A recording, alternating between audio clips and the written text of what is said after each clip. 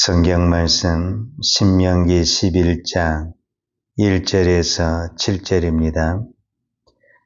그런즉 내 하나님 여호와를 사랑하여 그가 주신 책무와 법도와 규례와 명령을 항상 지키라. 너희의 자녀는 알지도 못하고 보지도 못하였으나 너희가 오늘날 기억할 것은 너희 하나님 여호와의 교훈과 그의 위엄과 그의 강한 손과 펴신 팔과 애굽에서 그 왕 바로와 그 전국에 행하신 이적과 기사와 또 여호와께서 애굽 군대와 그 말과 그 병거에 행하신 일, 곧 그들이 너희를 뒤쫓을 때에 홍해물로 그들을 덮어 멸하사 오늘까지 이른 것과 또 너희가 이곳에 이르기까지 광야에서 너에게 행하신 일과 루벤 자손 엘리압의 아들 다단과 아비람에게 하신 일, 곧 땅이 입을 벌려서 그들과 그들의 가족과 그들의 장막과 그들을 따른 온 이스라엘 한가운데서 모든 것을 삼키게 하신 일이라. 너희가 여호와께서 행하신 이 모든 큰 일을 너희의 눈으로 보았느니라. 아멘. 이스라엘 백성이 애굽에서 나왔을 때 이 신명기에서는 제1세대, 2세대 이렇게 구분을 했어요. 근데 오늘 본문에서는 제3세대까지 구분한 것을 볼 수가 있습니다. 그러니까 제1세대는 어떤 사람이냐면 애굽에서 살다가 하나님의 기적과 능력으로 애굽을 출애굽해서 광야까지는 나왔는데 이 광야에서 죽고 가나안에 들어가지 못한 그 사람을 우리가 이스라엘의 1세대다 이렇게 이야기를 합니다. 그럼 2세대는 어떤 세대냐면 애굽에서도 살았어요. 그리고 광야도 나왔어요. 그리고 지금 이제 가나안을 건너가는 2세대, 2세대를 우리는 2세대다 이렇게 이야기를 합니다. 그런데 오늘 제3세대가 나오게 되는데 오늘 본문의 11장 2절에 보면 너희의 자녀는 알지도 못하고 보지도 못하였으나 그랬어요. 그러니까 지금 모세가 말하고 있는 이스라엘 백성 중에 제2세대가 있는데 이 2세대가 낳은 자녀가 있다는 거예요. 2세대가 낳은 자녀. 이 2세대가 낳은 자녀는 어떤 사람이냐면은 애굽은 몰라요. 애굽을 모르고 홍해를 몰라요. 근데 이 3세대는 어디서 다 태어난 사람이라고 말할 수 있냐면은 광야에서 태어났어요. 이 광야에 이 40년 동안 생활하면서 태어난 인구가 있잖아요. 근데 이 인구는 광야는 겪었지만은 무엇을 모르냐면은 애굽을 모르는 거죠. 이걸 우리가 제3세대라고 구분할 수가 있는데 지금 모세가 말한 이스라엘 백성 중에서 가장 중요한 백성이 바로 2세대죠. 2세대. 왜냐하면 2세대는 애굽도 알고 광야도 알고 그 다음에 가나안에 들어갈 사람.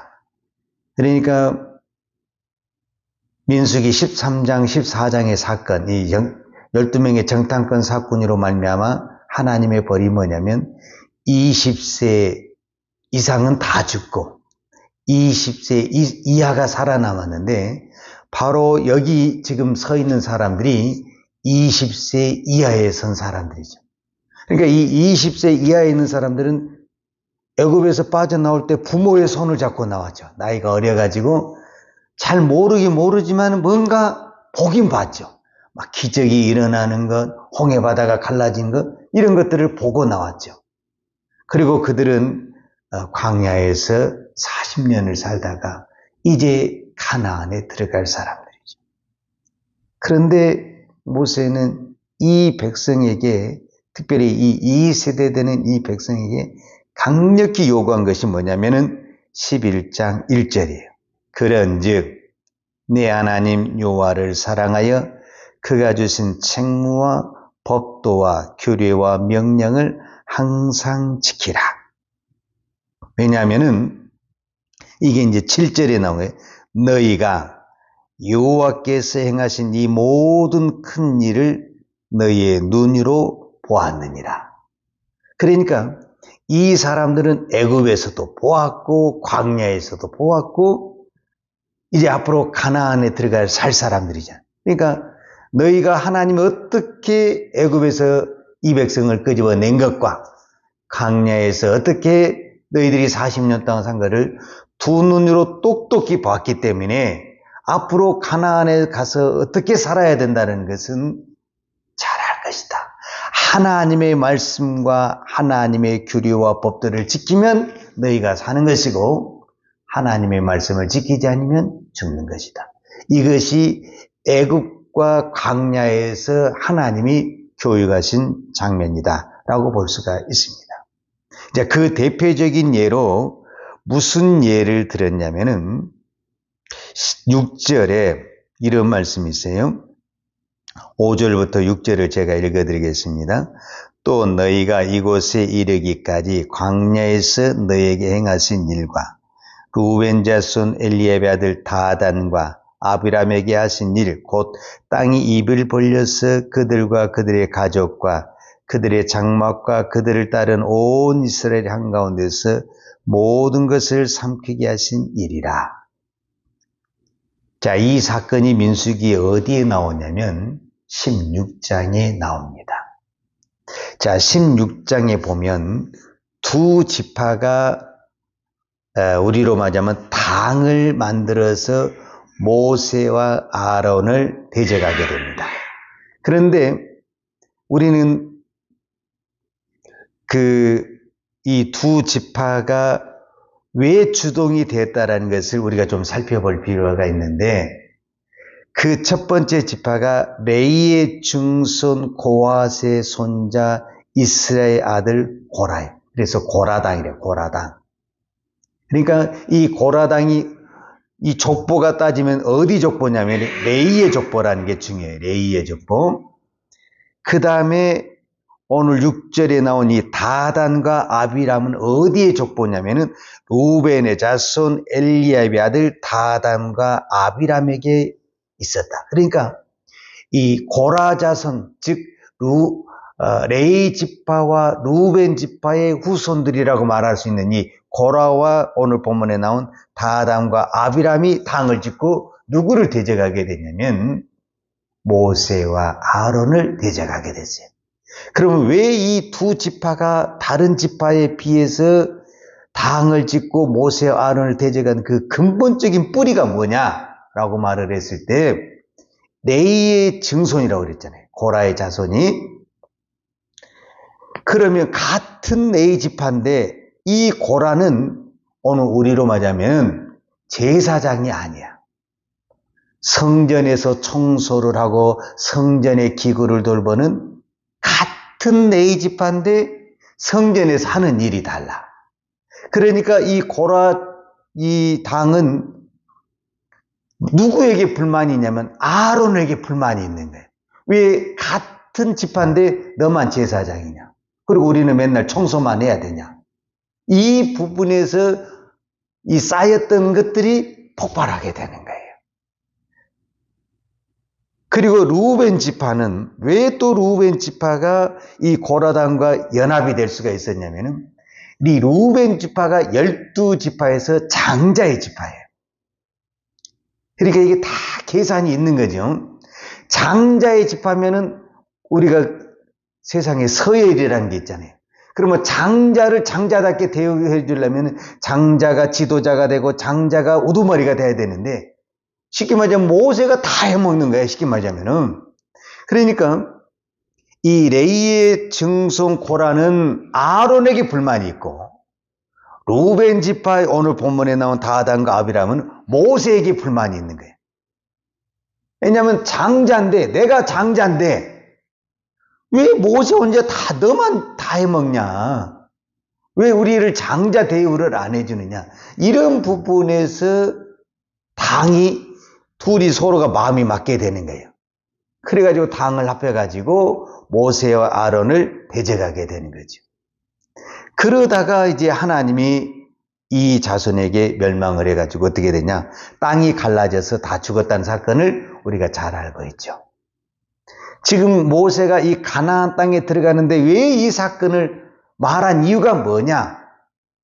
그 사건은 이제 3절에서 나와요. 오늘 본문 3절에서 애굽에서 그 왕 바로와 그 전국에 행하신 이적과 기사와 또 여호와께서 애굽 군대와 그 말과 그 병거에 행하신 일, 곧 그들이 너희를 뒤쫓을 때에 홍해물로 그들을 덮어 멸하사 오늘까지 이른 것과 또 너희가 이곳에 이르기까지 광야에서 너희에게 행하신 일. 이 말이 무슨 말이냐면 하나님이 이스라엘 백성들을 애굽에서 끄집어낼 때, 즉 출애굽을 시킬 때 모세를 통해서 그냥 처음부터 막 기적이 나타나서 막 애굽 사람들을 다 멸한 거 아니에요. 모세가 평화적으로 가서 바로에게 말한 거예요. 우리의 백성은 하나님의 선택된 백성으로 하나님께 제사를 드려야 되고 하나님께 경배를 해야 되니까 백성을 내보내주세요. 이렇게 좋게 말을 한 거죠. 이거는 하나님이 모세를 보내준 거잖아요. 이 백성을 이게 출애굽 시키라고. 그래서 이렇게 바로에게 말을 했는데 바로가 뭔 소리냐? 하나님이 어딨냐? 하나님의 말을 안 듣는 거예요. 자, 하나님의 말을 안 들으니까 이제 그때부터 재앙이 나타나기 시작하는 거예요. 죽어도 안 내놓죠, 우리는. 그러면 어떻게 해야 돼요? 죽어야죠. 그래서 첫 번째 죽음이 장자의 죽음이 나오게 되는 거예요. 그러니까 이제는 바로가 안 내놓다가는 장자만 죽은 것이 아니라 다 죽게 생겼잖아요. 그러니까 어쩔 수 없이 기분이 좋아서 내놓은 게 아니에요. 다 죽을 것 같으니까 내놓게 되는 거예요. 근데 딱 내놓고 보니까 또 마음이 또 바뀌잖아요. 그래서 군사를 이렇게 또 잡아와야 되겠다. 그래서 또 쫓아오는 거예요. 그러니까 이제 하나님이 홍해 바다에서 또 쫓아온 그 군대를 또 다 죽이는 거예요. 왜 죽었어요? 하나님의 말을 안 들어서 죽었다니까요. 하나님이 무조건 애굽 사람을 죽인 게 아니에요. 하나님이 말씀했어요. 모세를 통해서. 근데 나는 죽어도 못 내놓겠다 이렇게 이야기한 거예요. 그래? 그럼 너 죽어야지. 그래서 장자도 죽고 홍해 바다에서 죽는 거예요. 이 말씀을 우리가 잘 기억을 해야 돼요. 왜 기억을 해야 되냐면 하나님의 말씀을 안 들으면 죽는다. 이거는 이방인, 애굽인에게만 해당이 되는 것이 아니라 이스라엘 백성에도 동일하게 해당이 된다라는 거예요.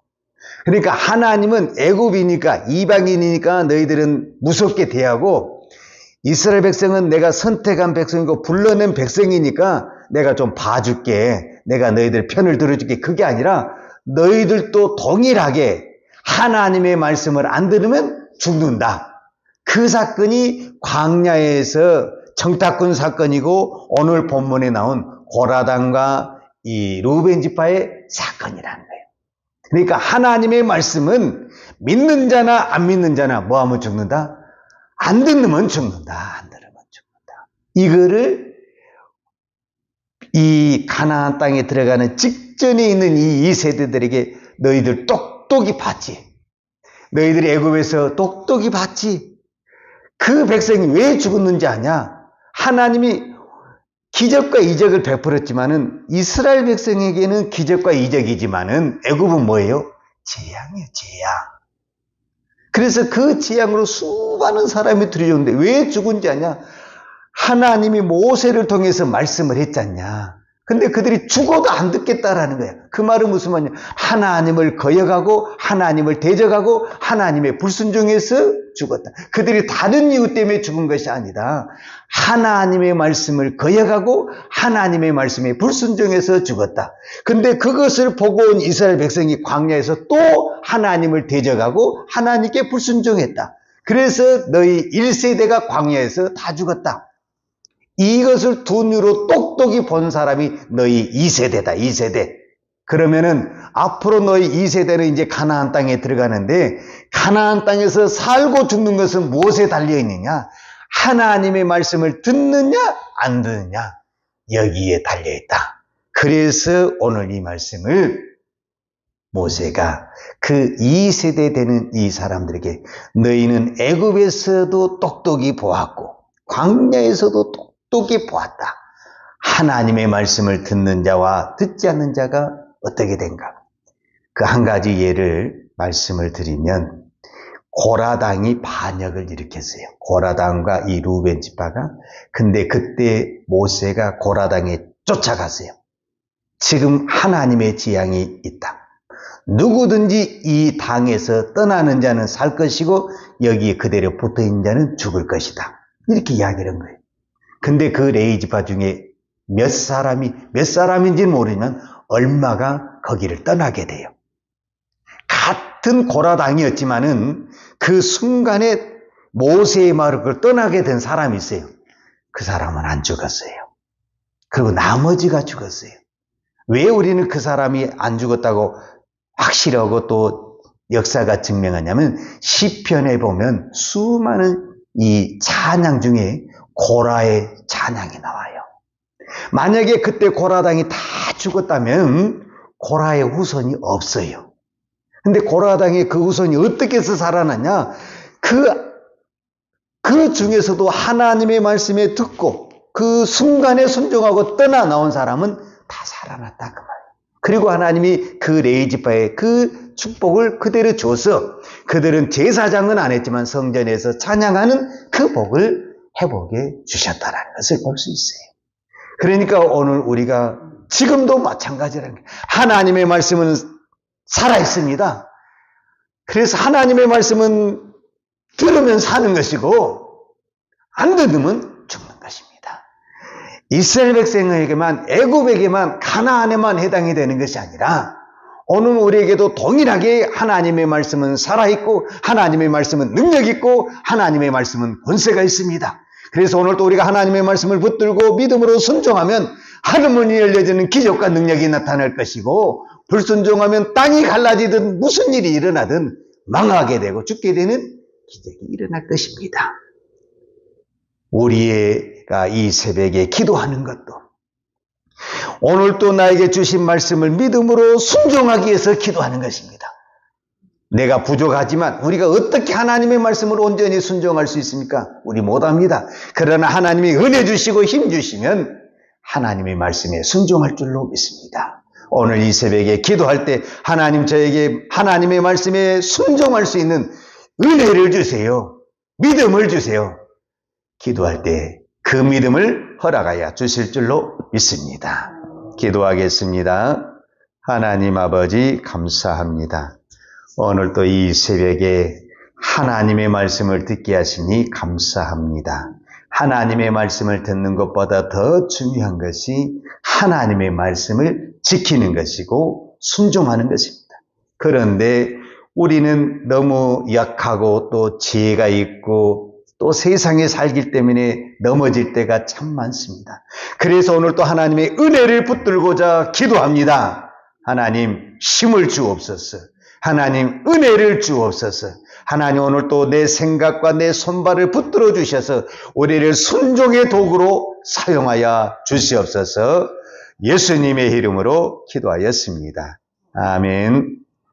여호와는 내게 복을 주시고 너를 지키시기를 원하며 여호와는 얼굴로 내게 비추사 은혜 베푸시기를 원하며 여호와는 얼굴을 내 길을 향하여 드사 평강 주시기를 원하노라. 이제는 우리 주 예수 그리스도의 은혜와 아버지 하나님의 그 크신 사랑과 성령님의 감화감동 충만하신 은혜가 오늘도 오직 하나님의 말씀에 100% 순종하며 믿음으로 살기를 원하는 사랑하는 주의 종들 머리머리 이해와 이 나라 이 민족과 한국 교회 위에 온 열방의 이 생명의 복음을 증거하는 선교사님들 이해와 사랑하는 주의 자녀들 머리 위에 이제로부터 영원토록 함께 있을지어다. 아멘.